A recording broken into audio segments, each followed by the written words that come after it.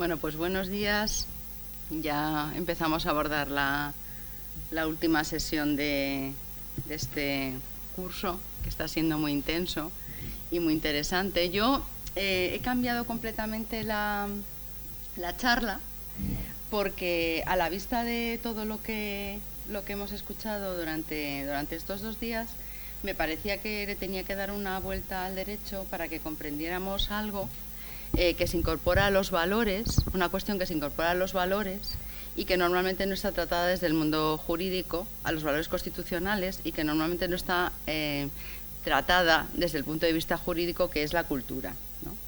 Cuando empecé a realizar las primeras investigaciones sobre la evolución de la legislación, pues ahí te das cuenta, cuando se está investigando, nos damos cuenta que efectivamente las leyes, y se ha dicho aquí, son producto de una cultura, pero a la vez influyen en la cultura, ¿no? Y eso es una cuestión fundamental. Siempre se ha dicho, luego lo trataremos también, que el derecho siempre va por detrás de la realidad. Es decir, cuando hay un clamor popular impresionante sobre una determinada materia, cuando la sociedad o el conjunto de la sociedad, y ya veremos también qué sociedad o qué conjunto de sociedad le resulta ya insoportable que el derecho sea tan obsoleto, tan patriarcal, etcétera, etcétera, es cuando el derecho cambia. Bueno, eso es así en un conjunto de casos, pero en otros el derecho rompe también con determinados modelos más conservadores o más clásicos.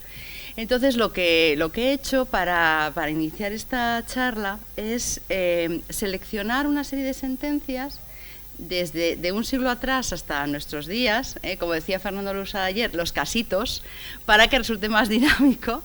Voy a contar una serie de casitos para que nos veamos, pero me han parecido, le he estado dando bastantes vueltas en estos días, me parecen muy reveladores sobre cuál es el estado de la cuestión en determinados momentos históricos con respecto a la consideración de las mujeres y con respecto a la igualdad y los valores constitucionales incorporados los valores constitucionales o los valores igualitarios incorporados a la legislación. Mirad, hay un caso que le tengo un enorme cariño. Yo sé, cuando daba clases en Ciencias de la Información, todo el mundo citaba, bueno, en Ciencias de la Información teníamos que explicar, lógicamente, la libertad de expresión, la libertad de información y los límites al honor, a la intimidad, a la propia imagen, de forma muy exhaustiva. Y entonces, todo el mundo citaba, bueno, todo el mundo, o por lo menos la literatura científica del ámbito civil, citaba una sentencia que se produjo, la primera sentencia en la cual se condena a un medio de comunicación por lesión en el honor de una señorita porque se mancilla su honor a través de los medios de comunicación. Vale, no es esto lo que vamos a tratar ahora mismo, sino cómo ese valor de la honestidad de esta señorita, ¿no?, la señorita María Josefa Musso Garrigues, pues verdaderamente lleva a que el Tribunal Supremo acuerda por primera vez una lesión en el honor y le atribuye una cuantía astronómica, 150.000 euros de reparación en el año 2910, o sea, eso era una auténtica fortuna, ¿vale?, en el año 2910, por el caso que os voy a relatar, ¿no? El padre de María Josefa era alcalde de un municipio que probablemente conoceréis, algunas de las personas presentes, de Totana, Murcia, ¿no?, como os digo, 1910. Y entonces alguien le quiso hacer, era un tema político, alguien le quiso hacer daño al padre. Y no se le ocurre mejor cosa para hacerle daño al padre que sacar un artículo falso en la prensa local diciendo que doña María Josefa se había escapado porque le había raptado el cura de la localidad de Totana. El artículo se llamaba Cura, raptor y suicida. Que esta señorita había tenido ilegítima descendencia hacía 3 meses con el sacerdote, cosa que era completamente incierta. Ella no había tenido un hijo de nadie hacía 3 meses, ni había tenido, al parecer, ningún tipo de relación con el sacerdote. Bueno, la cuestión es que habían tenido un bebé, el sacerdote la rapta, les pillan en un momento determinado porque salen en persecución presuntamente, y entonces él desesperadamente se suicida. La rapta y se suicida. Bueno, todo esto es un montaje un vil montaje que no se ajusta en absoluto a la realidad. Pero claro, imaginaos lo que era para una familia, claro, no solo para esta señorita que tenía 15 años, ¿no? Y digo lo de señorita, por supuesto, en el contexto que estoy un poco decimonónico, ¿no? Imaginaos lo que pudo suponer, bueno, lo que supuso en la vida de esta chica, de esta joven, que se publicara una noticia de esa trascendencia. Se publica en un diario local, pero el Liberal, que era un diario de espectro de ámbito nacional, lo repica, con lo cual se convierte en un escándalo nacional, vamos, de dimensiones extraordinarias. Bueno, la cuestión es que la cosa escala hasta las propias Cortes. El padre, que era alcalde y tenía resortes políticos en Madrid, consigue un excelente abogado y lleva el asunto. Primero lo trata, se solventa en la audiencia territorial de Murcia, en la audiencia de Murcia, pero llega hasta el Tribunal Supremo. O sea, el padre no cede, llega al Tribunal Supremo, se convierte en un conflicto, que si es un ataque, también empieza, que si hay un ataque a la libertad de expresión, pingo pango. Bueno, conclusión. La primera sentencia que hay del Tribunal Supremo en España sobre esta cuestión es de 1910 y, como os he dicho al principio, conllevó la imposición de una sanción de 150.000 pesetas, que es una barbaridad. Yo os voy a leer parte, no sé, 150, en 1910,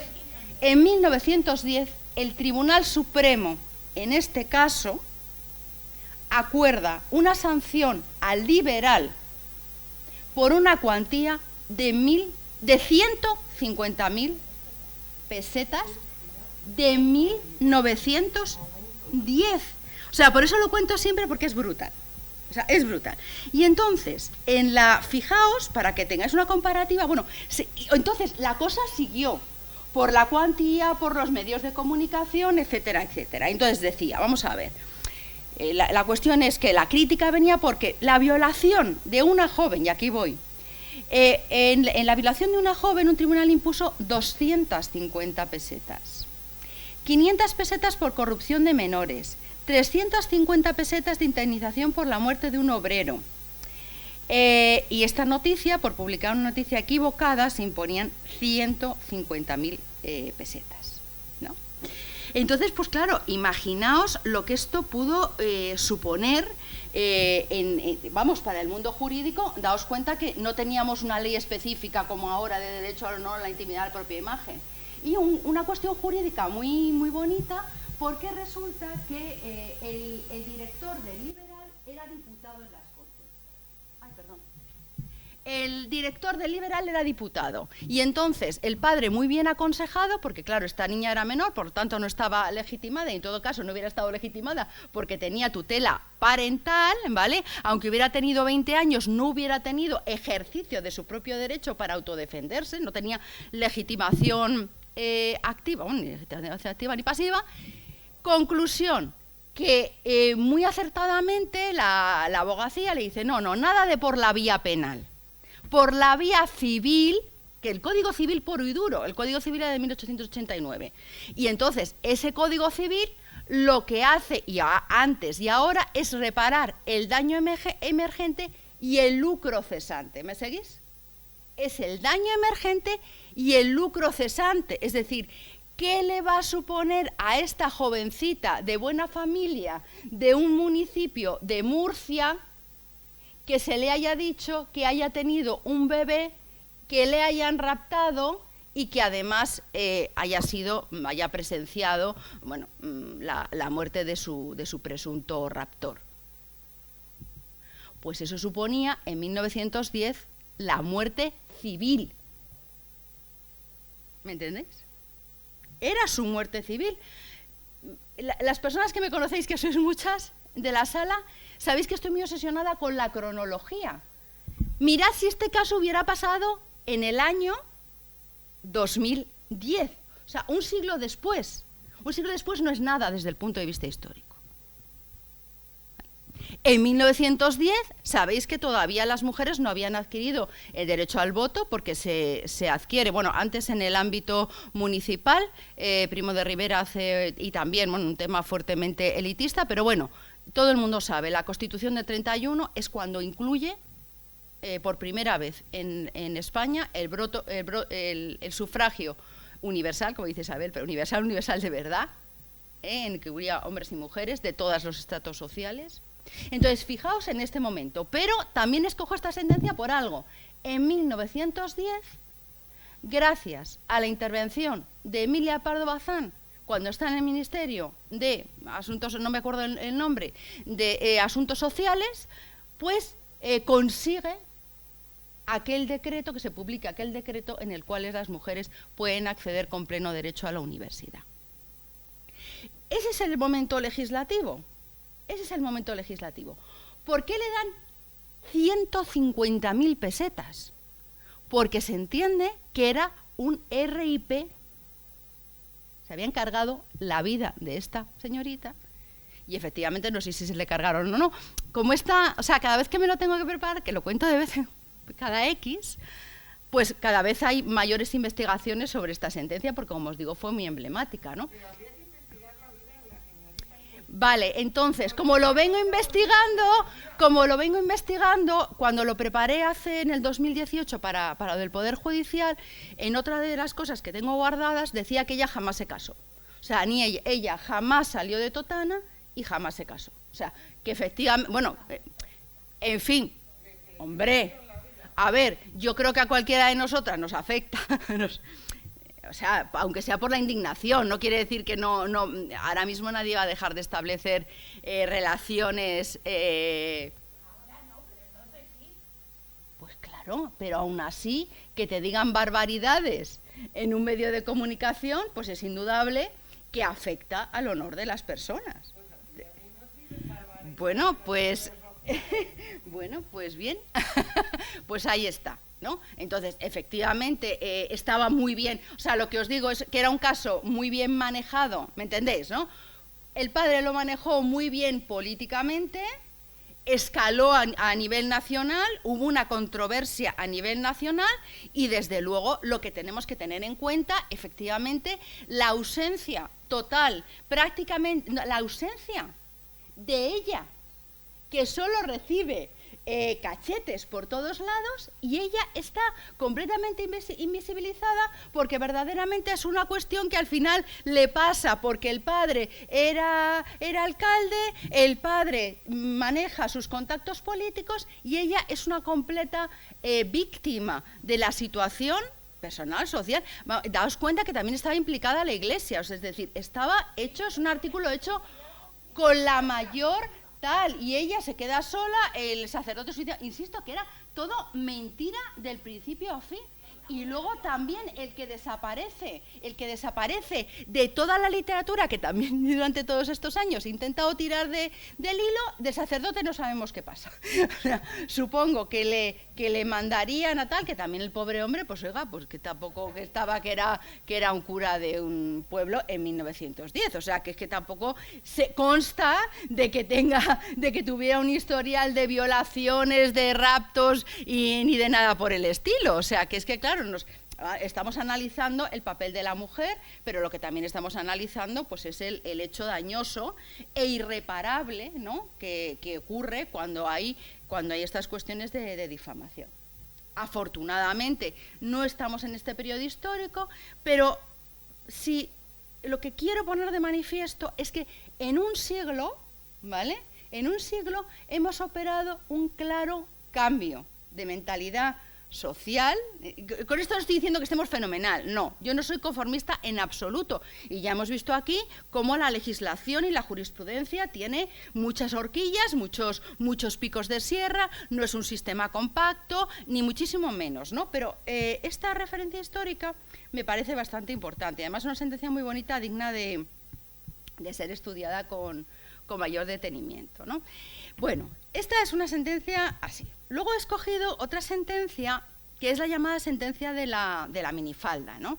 Que probablemente muchas personas la tendréis en la conciencia porque fue muy, muy famosa. Aquí ya estamos en la democracia, ¿va? Estamos en los años 80, a finales de los 80, y la he escogido en relación con lo que dijimos ayer, pues con el tema del acoso, los abusos en el ámbito laboral, ¿no? Que luego esta sentencia siempre ha tenido el eco de la sentencia de Nevenka, ¿no? Posteriormente, pero como la sentencia de Nevenka es más conocida, pongo esta que es como de la democracia que ha empezado a rodar. La Constitución es del 78, sí, la Constitución es de 1978, pero daos cuenta que eso nos colocamos en los 80 y para incorporar toda la legislación de la Unión Europea pues nos colocamos en los 90, ¿me entendéis? En los años 90, entre los 90 y el 2000 es cuando verdaderamente... O sea, es que parece, o sea, la Constitución no fue una varita mágica, ya sabemos que consagra el derecho a la igualdad, ¿no? Artículo 14 de la Constitución. Bueno, pero eso no fue una varita mágica. ¿Por qué no fue una varita mágica?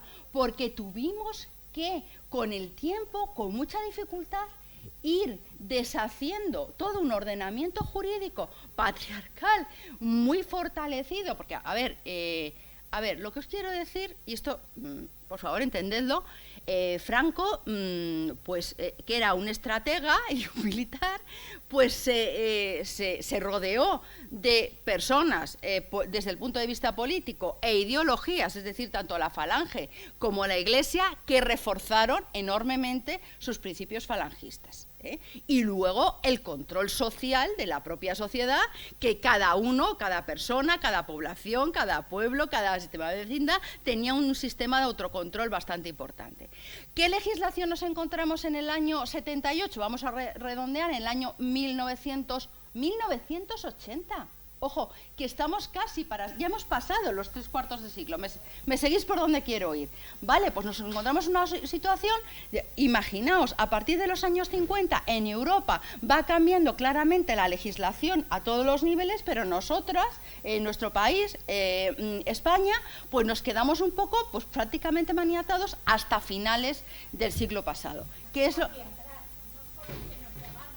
Es que fue hacia atrás. Fue hacia atrás, pero se dejó sentir más porque el resto de los países de nuestro entorno fueron hacia adelante. No tengo ahora tiempo de contar lo del constitucionalismo de republicano y tal, pero si queréis luego lo comentamos. Bueno, la cuestión fundamental es que nos colocamos estos años, pero el año estamos celebrando, ¿verdad?, que estamos preparando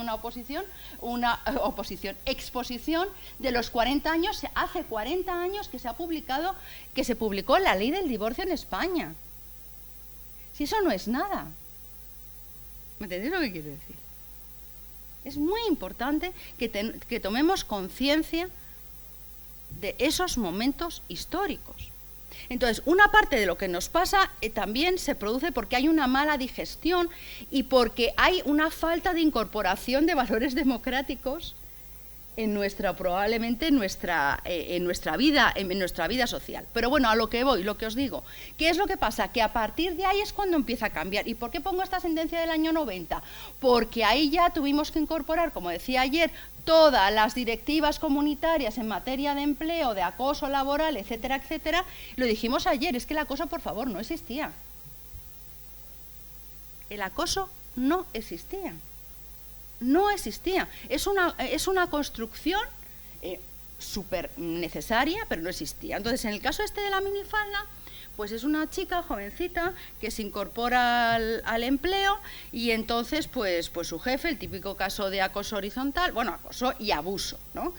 Abuso sexual, pues porque lleva una minifalda, pues entonces le toca, tal y cual, no sé cuántos, y ella pues no se calla y hace muy bien y consigue una condena, es una sentencia de la audiencia de Lleida, que es confirmada después por el Tribunal Supremo, que si le dan una indemnización de 40.000 euros, de 40.000 pesetas, perdonad, de 40.000 pesetas, con una gran tensión, que si sí, que si no, que él era un pobre hombre, que él, fíjate, que qué bien, que es que ella le había, y seguimos con la misma historia, ¿no? Si revivimos la sentencia de la manada, pues que ella le provocó, porque iba a ser, en fin, ese discurso que todo el mundo tiene mucho en la cabeza, ¿vale? Pero que es una de las sentencias también emblemáticas, cuando se escucha mucho, hay mucho el eco, tenemos de fondo el eco esta sentencia, ¿no? Que fue una de las primeras, y que claro, pero bueno, si las mujeres se incorporaban al trabajo y iban vestidas de esa manera, pues ya sabemos a lo que se podían exponer, ¿no?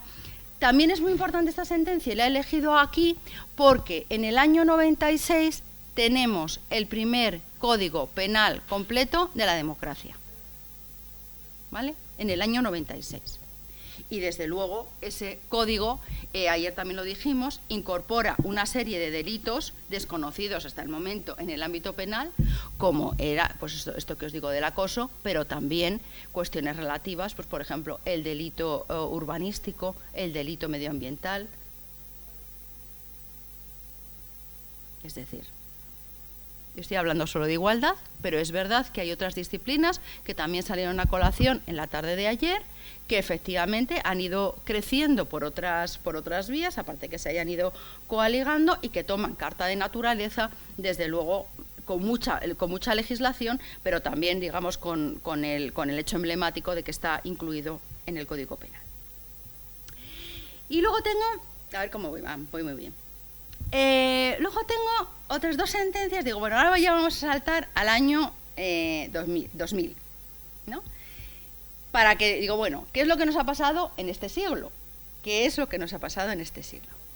Y he escogido tres sentencias, a mi juicio, delirantes, por los hechos que tratan, ¿no? Una sentencia del 2001, que lo comentábamos el otro día en Valencia, Isabel y yo. Una sentencia del 2001. El caso es el siguiente. Sabéis que en España, como país antiguo, pues tiene una larga tradición.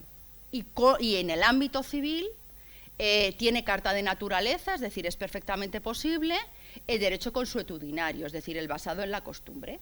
Hay en muchísimos pueblos, seguro que lo conocéis, aprovechamientos de pastos, de leñas, etcétera, porque son aprovechamientos que vienen del derecho romano o del derecho germánico, y hay aprovechamientos comunes de, pues eso, como os digo, de campos, de pastos, etcétera, etcétera. Bueno, pues muy bien.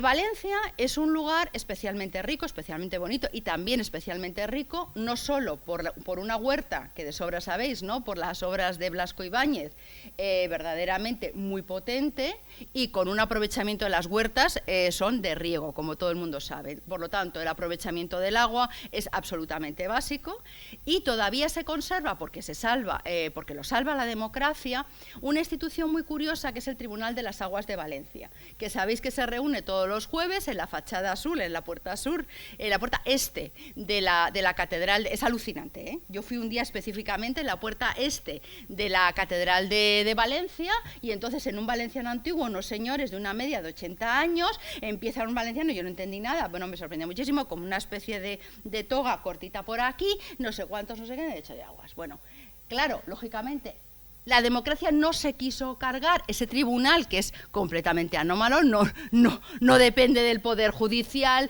no es un juez o jueza de paz, no es nada de eso, pero claro, lógicamente luego dicen, vamos, pero ahí hay recurso contencioso administrativo. Lógicamente, las aguas son dominio público hidráulico, y no vas a dejar a una comunidad de regantes, porque no deja de ser una comunidad de regantes muy potente y muy rica, ojo, muy rica, que lo resuelvan todo. Pero bueno, en este contexto lo entendemos, ¿no? Nos podemos hacer una idea. Pues en este contexto, en Valencia, no solo tenemos los riegos, es decir, la riquísima huerta valenciana, sino que también tenemos la pesca. La pesca en la Albufera, que sabéis, seguro que sabéis, que la Albufera es un espacio protegido y no es para menos, hay montones de aves, los arrozales son una belleza, probablemente solo comparables al al sudeste asiático, con unas especies, es cepa, por supuesto, es zona de especial protección de aves. Conclusión, que pasaba lo mismo. había un derecho de pesca, sabéis, no sé si lo sabéis, pero bueno, las barcas son unas barcas estilo canoa, más bien bastante anchas, porque la Albufera de Valencia tiene muy poco fondo y no llevan ni tan siquiera remos, sino que perchan. Es decir, hay una percha y entonces esa percha les ayuda, como os digo, porque hay barro y hay lodo en el fondo de la albufera, a desplazarse por un ámbito natural, por un espacio natural que cada vez se va reduciendo más, es decir, que tiene todos la problemática que tenemos, pues bueno, pues también desde el punto de vista de preservación de espacios naturales. Conclusión, que no dejaban entrar a las mujeres. Los derechos de pesca eran por familia, eso es muy típico también, o sea, cada familia heredaba un derecho de pesca que también se hundía en la noche de los tiempos, una transmisión consuetudinaria hundida en la noche de los tiempos al varón primogénito. En aquellas familias donde no se puede transmitir, ¿vale? No es un servicio de taxi. No son como los taxis, que pueden vender una licencia de taxi. No, porque no es una licencia. No es una licencia, era un derecho de uso ancestral en el cual no había un título jurídico de adjudicación. Conclusión, aquellas familias que no tenían varón primogénito perdían el derecho de pesca, aunque hubiera mujeres, no se podía transmitir a los nietos, etcétera, etcétera. No podéis imaginar la que se organizó. ¿Pero cuándo se organizó? Pues se organizó a finales de los 90. Es decir, pasamos de siglo. Llegamos al 2001, 2001, por eso ya digo, hemos pasado de siglo. Con el tema de las pescadoras, bueno, por supuesto, mediáticamente, todo el mundo, eso sí, ¿no? Hubo un impacto mediático muy importante, ganan, o sea, entonces, 5 mujeres, 5 pescadoras, que no podían ser pescadoras, pero hubieran tenido el derecho que reivindicaban, bueno, el artículo 14 de la Constitución, tiene una sentencia en primera instancia en el TSJ de Valencia y tal. El caso es que llega al Tribunal Supremo, y el Tribunal Supremo dice que las mujeres pueden pescar, pueden ser pescadoras. Al Tribunal Supremo.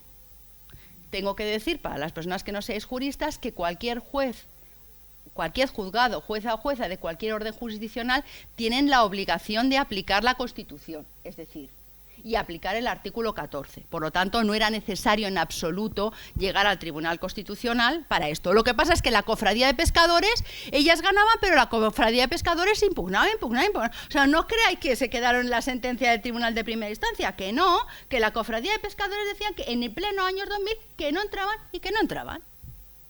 Bueno, sentencia del Tribunal Supremo y a la cofradía de pescadores se impugna ante el Tribunal Constitucional. Ante el Tribunal Constitucional. Y el Tribunal, sí, nos echamos las manos a la cabeza. El Tribunal Constitucional dice, mire usted, que es que la sentencia del Supremo está bien, no le vamos a admitir a trámite. Estas señoras tienen un derecho constitucional a la pesca. Perdonadme, pero es pasmante. Sobre todo porque no estamos en 1970, no estamos en 1910. Estamos en el año 2001. ¿Vale? Siguiente asunto, a mi juicio delirante dentro de la democracia. Y esta sentencia ha pasado, a ver, así como las otras son muy mediáticas, esta sentencia es menos mediática, pero a mí me parece muy reveladora. Renfe, todo el mundo conoce, ¿no? Renfe, los ferrocarriles españoles, todo el mundo conoce el AVE, ¿no? Todo el mundo ha montado en AVE. Vale, a lo mejor habéis cogido un AVE a las 6 de la mañana, a las 11 de la noche, a las 12 de la noche y tal. Vale. ¿En qué año estamos? Bueno, la sentencia del Constitucional es desde 2006. Vamos a poner que estemos en el 2003, porque llega al Constitucional y hay una sentencia del Constitucional del año 2006. Vale. Entonces, las azafatas de Renfe dicen que quieren llevar pantalón, ojo, pantalón, y que no se le, y Renfe está emperrado en que las azafatas del AVE tienen que llevar falda. Y entonces dicen, bueno, ahí hay una serie de argumentos, pero mirad, es que vamos por primero, en las estaciones hace frío. Segundo, tenemos que trasladar, hay veces que personas con discapacidad, sabéis lo de Atendo, ¿no? Tenemos que tirar sillas de sillas de ruedas. Tenemos que estar subiendo y bajando unas escaleras de un tren que ahora algunos son a ras, pero ni tan siquiera son accesibles claramente una parte muy importante. ¿Sabéis lo que os estoy diciendo, no?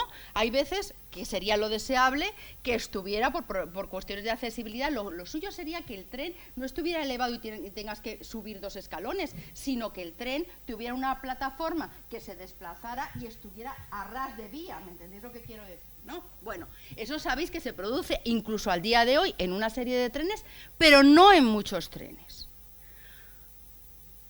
Y el Consejo de Administración, que no, y que no, y que no, y que no, en plenos años 2000. En que el uniforme tenía que ser falda, ni plan de igualdad, ni Perico que lo fundó, pero con plan de igualdad. Bueno, al final los sindicatos llegan, pero mirad, digo, vamos a ver, yo les pondría una condena a todos, pero les embargaba sus casas. Perdonadme, les embargaba sus casas. Vamos a ver, vosotros os podéis imaginar, y vosotras, ¿cuánto le ha costado al Estado esta sentencia?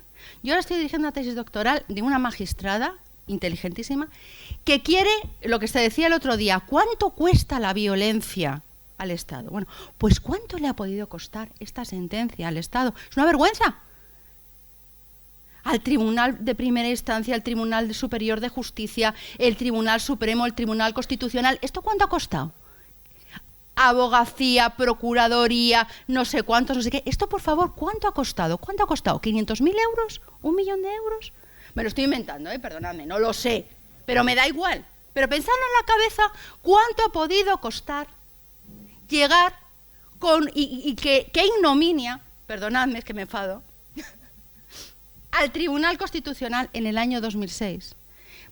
Y claro, justo antes de que saliera la sentencia, Renfe dice, vale, que utilicen pantalón. Pero el Tribunal Constitucional se pronuncia y dice, vale, ahora ya lo han hecho, pero tirón de orejas, oiga usted. Tenemos que estar tratando si las azafatas de cualquier línea aérea, de Renfe, tienen que llevar, pueden o no llevar pantalón. Perdonadme, pero es una vergüenza para el Estado de Derecho. Pero os quiero llevar a la cultura, ¿no? Os dije al principio de que es que quiero que pensemos en la cultura que subyace dentro de esta sentencia. Porque si no hubiera un conjunto de cultura que sustentara el tema del pantalón en el año 2006, os aseguro que no llegaría al Tribunal Constitucional, porque alguien en algún momento determinado, alguien diría, oye, por favor, vais a ser la irrisión, o somos la irrisión de esta sociedad. Alguien pensaría que estaría haciendo, primero que es inconstitucional de forma clara, evidente, notoria, llamativa, pero además es que eres la irrisión. Vale. Y la última sentencia que quiero comentar es una sentencia también que la cuenta muy bien, la cuenta fenomenal, pensé que le iba a contar ayer, Fernando Lousada, la hemos comentado en varios encuentros que hemos tenido. Y es una sentencia, esta ya es impresionante, del Tribunal Europeo de Derechos Humanos del año 2017. Ojo, que ya no tengo ninguna de 2020 tan llamativa, pero esta es de 2017. Y esta de 2017 no tiene pérdida. Resulta que hay una señora en Portugal, ¿vale?, que se tiene que someter a una operación, ¿vale? Lo leo. Una operación quirúrgica para la extracción de las glándulas de Bartholin, en la cual, por un error médico, se le inutilizó el nervio pudendo. A partir de entonces sufre incontinencia urinaria, dolor al andar y sentarse e imposibilidad de tener relaciones sexuales de ningún tipo. Es una señora que en el momento que se produce esa sentencia tiene 50 años, 50 y pocos años. Bueno. Entonces, esta señora portuguesa, que es el caso Carballo Pinto de Sousa, pues acude al Tribunal Civil de Portugal correspondiente. Claro, no me sé lo de los tribunales en Portugal, pero serán muy parecidos a España. Y entonces dice, bueno, pues vamos a fijar una indemnización civil, ¿no?, que yo creo que incluso a lo mejor podría ser penal, pero bueno, una indemnización de 16.000 euros, que tampoco es una cantidad exagerada. Bueno, la cuestión es que el alto tribunal portugués llega a las altas instancias portuguesas, Tribunal Constitucional portugués, y dice que no, que 16.000 es mucho dinero, que mejor 6.000 euros, porque la demandante tiene, lo dice en la sentencia, porque tiene 2 hijos la demandante, y ya son mayorcitos, son mayores ya, los hijos ya, bueno, pues una señora de 50 años, se supone que los hijos tendrían 20 y tantos años.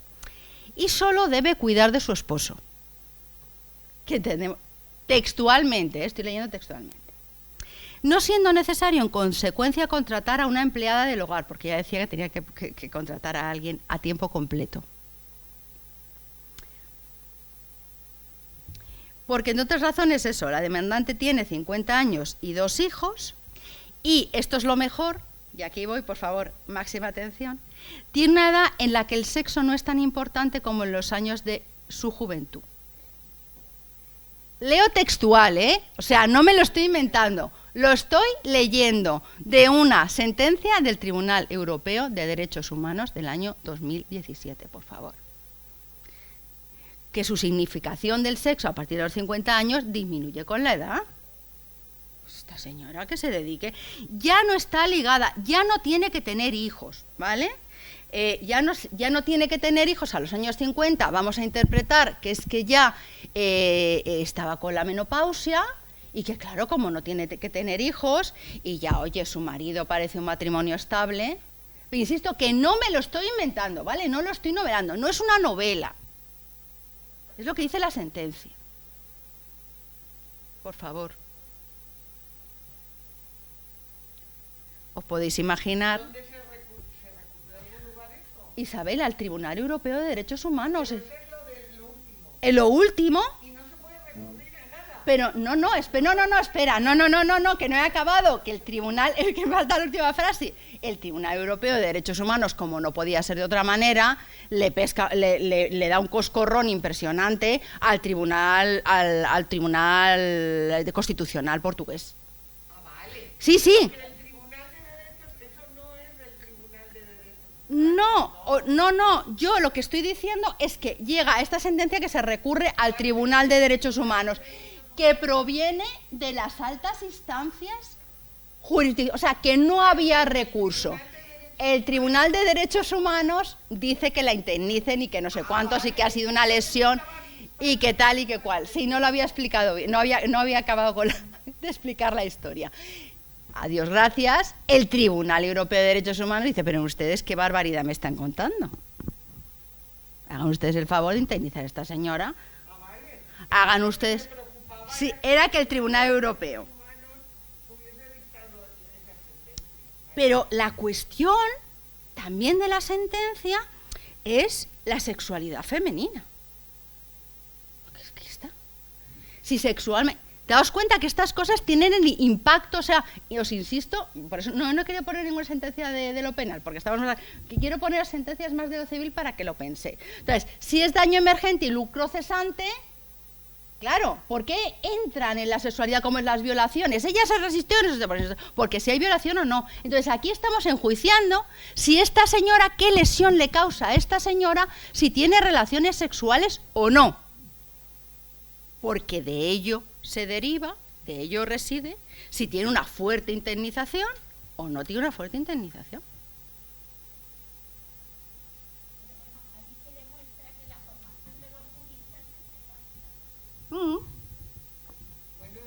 La formación y la ideología, que es a lo que voy en el este. No solo es la formación, es que hay una ideología, y conecto con lo de Miguel Lorente. Vamos a dejar las sentencias del siglo XX atrás. Pensemos en estas sentencias del siglo XXI,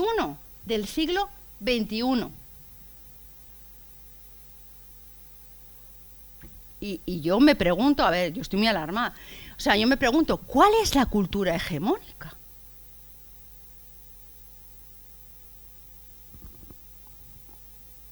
Que yo no lo sé. O sea, no lo sé, y os estoy un poco preguntando. Bueno, pues que es que si el Poder Judicial y tal, claro, lo que pasa al Poder Judicial es muy llamativo, las sentencias, tal, le tienen tal, pero bueno, lo que pasa en el Poder Judicial no es significativo con respecto a lo que pasa en la sociedad. No lo sé, mirad, yo he trabajado muchos años con diversidad y cuántas, bueno, vamos a ver, ¿cuál es la conflictividad en materia de discapacidad en los tribunales? Cero. ¿Porque las personas con discapacidad no sufran discriminación? No, porque no litigan. De forma generalizada. Hay algún caso, ¿no? Pero no voy a eso, voy al tema de la igualdad. O sea, estos casos surgen porque hay una parte, a ver, si alguien intenta decir que bueno, que ya queda hundida la vida porque de una persona, la vida civil de una persona en el año 2021, porque le hayan dicho en redes sociales que un sacerdote la ha raptado, indudablemente, ahí ya prácticamente la mayor parte de la sociedad, el conjunto de la sociedad decía, oiga, esto a mí me resulta un poco ya demasiado, ¿no? Porque la conciencia social de nadie o de casi nadie ahora mismo parece que haya una difamación en redes sociales relativo a una cuestión de este estilo te vaya a provocar verdaderamente que tú no vayas a poder mantener relaciones o incluso casarte, que esa deja de ser una institución patriarcal, con otra persona. Pero efectivamente, si tenemos estas sentencias de altos tribunales, o sea, no son cuestiones, ¿me entendéis lo que quiero decir? Si la cosa estuviera más o menos clara, pues lo mismo, la resolveríamos en primera instancia o no pasaría. O alguien diría, oye, el tribunal de primera instancia me ha tirado de las orejas, me lo voy a pensar 2 veces. ¿No? O sea, en el caso del pantalón, alguien se empecinó, este sí que solo lo empecina, alguien se debió empecinar. Alguien se debió empecinar. En el caso de la pesca, que era una cosa muy llamativa, alguien se debió empecinar en un determinado momento. También tenemos unas sentencias que además cambia completamente la jurisprudencia de una cosa, claro, que también es muy curiosa, que es el tema de los títulos nobiliarios. Sabéis perfectamente que bueno, los títulos nobiliarios, hay 2.000 personas en España con títulos nobiliarios, entre 2.000 y 2.500 personas en España, que tienen, por supuesto, pues también una legislación muy curiosa, y que en España también ocurre una cuestión, que efectivamente en la propia Constitución se dice que la sucesión a la corona será por parte del actual rey, ¿no? Por lo tanto, no se respeta, digamos, ese principio que también es otra discriminación, ¿no? Porque al final son cuestiones más o menos curiosas, ¿no? Más o menos son legislaciones anómalas que obedecen a otro momento cultural, no solo cultural, a otra forma de Estado, ¿no? Que proceden pues después de la Edad Media, etcétera, etcétera, ¿no? Vale, pues pervive. Pues hay una primera sentencia del Tribunal Constitucional que no se atreve a cargarse la adquisición de títulos a la primogénita. Bueno, después, y además tuvo mucho que ver ahí, bueno, pues la PE tuvo mucho que ver algunas personas muy famosas, que no vamos a decir en este momento, ¿no? Y de una prensa, pues la prensa que también querían adquirir títulos, etcétera. Bueno, entonces se consigue en un segundo momento que las mujeres hereden títulos nobiliarios si son primogénitas. Insisto, ahí hay otra discriminación, que es no ser primogénita, pero bueno, si hay un título nobiliario, pues alguien lo tiene que heredar en un determinado momento. Pero todas estas cuestiones pues nos han seguido, ¿no? de forma sistemática, pero desde luego estos 3 casos, insisto, en pleno siglo XXI, pues resultan cuanto menos llamativos, emblemáticos y a mi juicio extemporáneos. Pero lo que más me preocupa no es eso, es lo que os decía al principio, es cómo se ha podido llegar a ese punto. Y qué ideología, tan fuerte, ojo, esta no es una ideología menor, porque no llegas a los altos tribunales con tonterías. Con tonterías no llegas.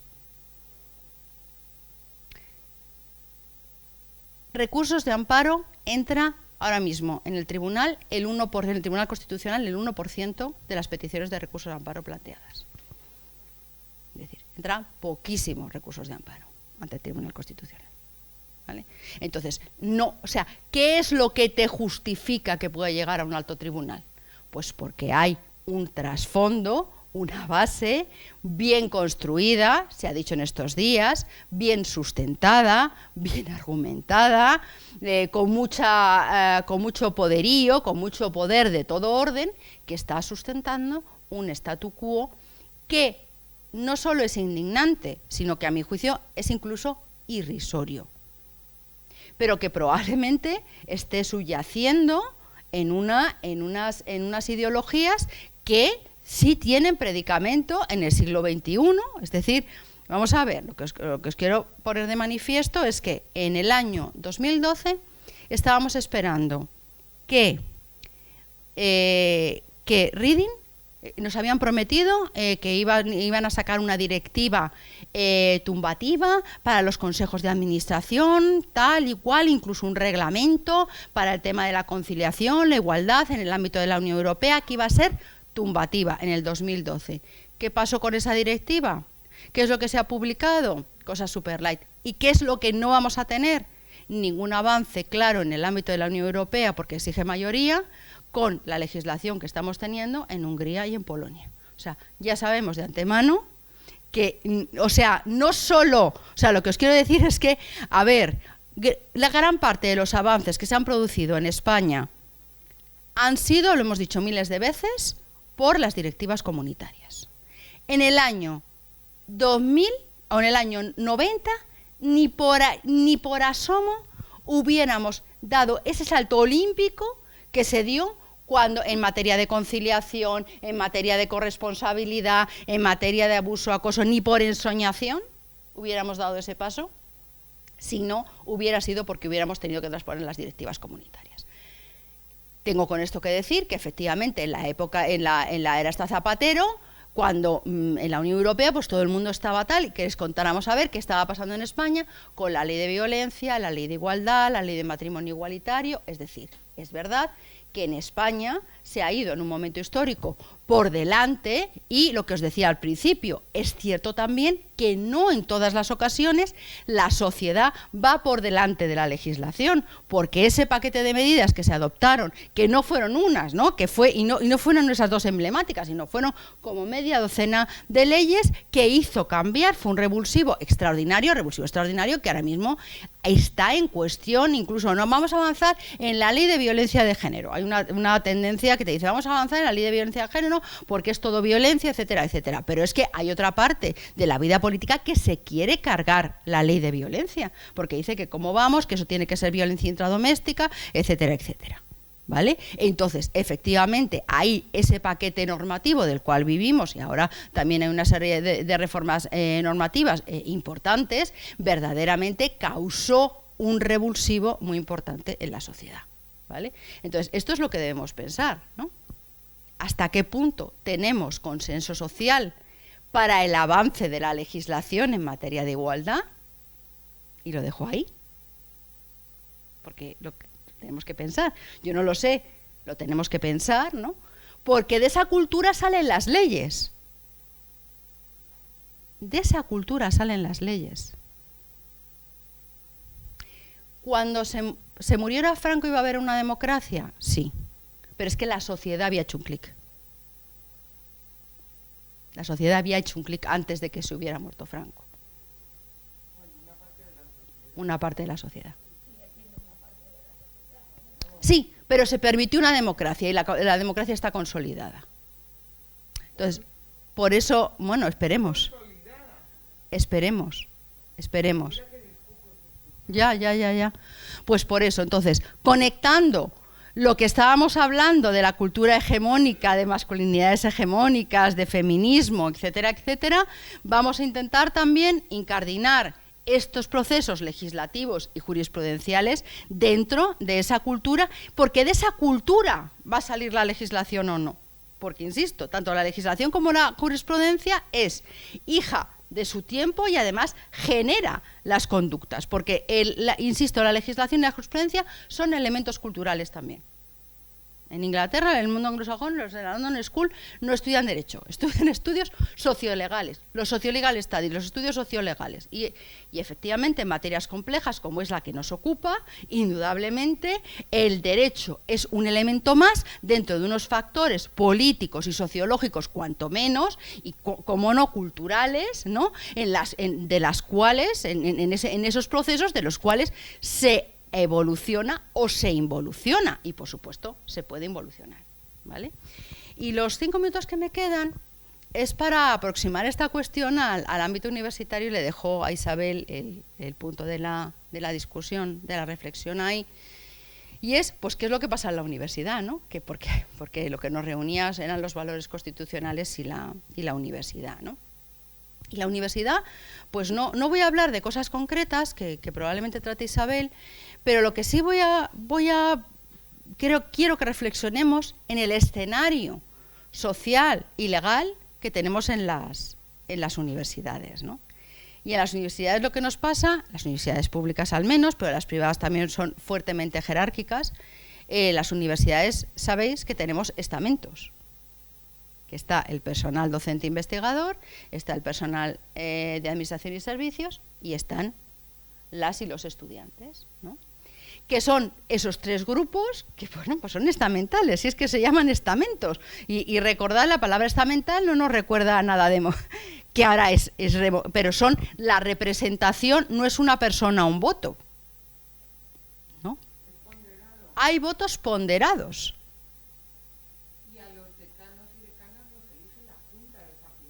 De forma indirecta, no el conjunto de la... No es por voto, al rector se le vota, pero a los decanos y decanas no.